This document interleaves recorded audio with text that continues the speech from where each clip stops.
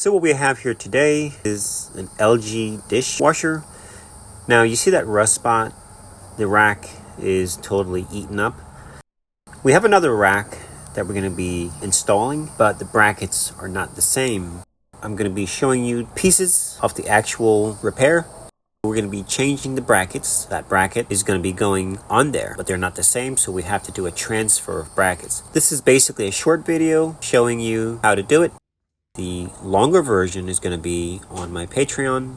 I will leave a link to the actual video, which is more detail showing how to do it. Now, the reason you'd be changing your rack is if it was damaged or rusted like this one. Sometimes when they come, you have to transfer the brackets back onto the new rack. Or if you have a damaged rack, this video will still serve the same purpose. Alright, so I'll see you over Patreon for the rest of the video. Thanks for watching.